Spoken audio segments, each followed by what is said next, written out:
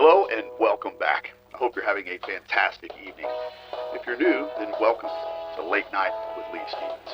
On our show, we talk about a variety of topics, everything from sports, news, politics, movies, local scandals. But if you're watching on TV, you may have noticed I have upgraded my technology a little bit, picked up a couple of Hitachi cameras, tried to gain an audience on TV, boost the numbers a little bit. Tonight we have a very special guest in the studio with us, Dr. Frank Fowler. Please, call me Frank. Dr. Frank Fowler here is a psychologist that specializes in psychopaths. Now I thought that would be appropriate considering the fact that we have a serial killer loose in town. How many people has he killed, Frank? 7 so far, I believe. Wow, 7. Never thought such a thing would happen in our town. But I thought it'd be interesting to have Dr. Fowler here explain to us the behaviors and mindsets of these psychopaths. I thought it might help all of us. Truthfully, it varies. Psychopaths are born with antisocial personality disorder, ASPD, as we call it. Typically, it makes them stand out from the rest of the crowd. What about that one serial killer they caught a couple of years ago? It was all over the news. Ted Bundy.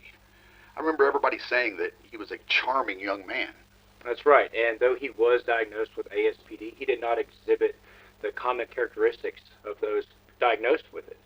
So what you're telling me is that I, or in fact you, could be a murderous psychopath, killing left and right, and no one would have any suspicions about it. Well, no one except for professionals like myself. So enlighten us, Frank. What would drive someone to commit such heinous acts as these? It could be a number of things. Some have desire for control, power, and killing is their only source. Sometimes it's based off emotion, or merely just the thrill of it. The thrill of it. Whatever it is, it stems from impulsivity and a lack of behavioral control. It brings them immense gratification. Why can't they go down to their favorite restaurant and order their favorite meal like everybody else? Like I've said, their minds work differently. Whereas you may go down to Bennigan's and get a burger, people with ASPD feel nothing.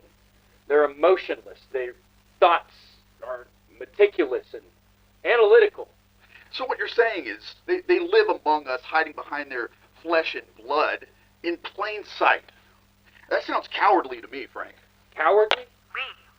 Let me ask you something. Do you think these people deserve a place in our society? I mean, what purpose do they serve if all they're doing is murdering innocent people who have done nothing wrong? I think you're forgetting the fact that they don't choose to be this way. They have no control over it. And no amount of therapy, self-reflection, intervention, understanding of who they are, why they are, that will ever help them. They're stuck this way. Then what does a psychopath actually feel when they kill? You know, what makes it worth it to end the life of another human being? God damn it. Their minds are so filled with narcissism that killing feels inconsequential to them. The adrenaline fuels them on committing the act. But once it wears off, they feel nothing. It's as if they've done nothing wrong. Nothing wrong? How exactly does killing another person not feel wrong? Because it's just how their minds work. They're not the same as you. It's the only thing that makes them actually feel something. So my daughter had to die because some psycho couldn't fucking feel anything?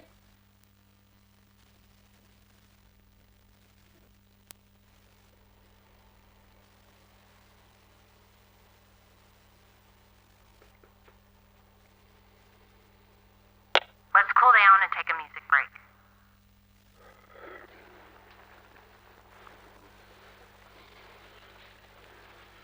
What was her name? I'm sorry. Your daughter. What was her name? Katie. She was on her way home from cheerleading practice. Yeah. She was supposed to be home at 7:30, and I should. But she never thought it'd be your daughter. No. We lived close to the school. She'd walked home countless times. And you still let her walk home with a serial killer on the loose.